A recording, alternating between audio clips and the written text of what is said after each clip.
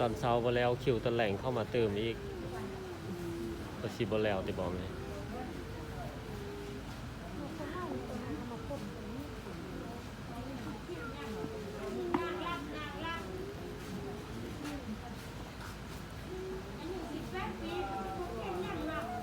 มื้อนี้รู้สึกว่าคนไล่แล้วมั้ง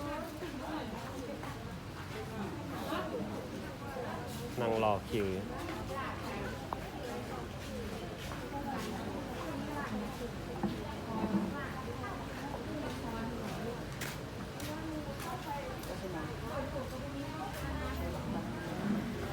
จะได้สักบอลในมื้อนี้ตอนเช้ามื้อนี้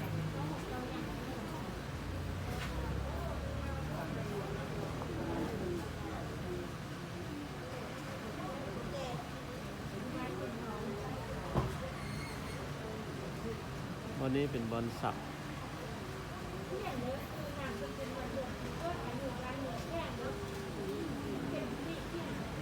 คนยังไล่อยู่นะ